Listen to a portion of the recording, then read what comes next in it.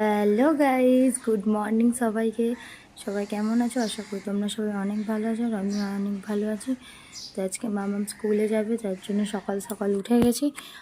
মামামের স্কুল হচ্ছে 6:45 থেকে, মানে 6:45-র মধ্যে আর কি ওকে স্কুলে ঢুকতে হয়। তো এখানে ও একটু কাঁদছে স্কুলে যাবে না বলে, একবার দুবারই বলেছে, তারপর আর বলেনি। তো মামাম স্কুলে যাওয়ার পরে আমি এখানে রান্না বান্না জোগাড় করছি, কারণ কি রান্না করব। মামামের বাবাই কাজে যাবে, খাবার নিয়ে যাবে, সেই জন্যে রান্না করতে হবে। তো এখানে আমার ঢেঁড়স আলু ভাজা হয়ে এসছে, আর করব পালং শাকের চচ্চড়ি, আর হচ্ছে কি যে চিংড়ি মাছটা করব সর্ষে বাটা দিয়ে। তো যাই হোক, তোমার সাথে কথা বলতে বলতে আমার চিংড়ি মাছ এখানে হয়ে গেছে।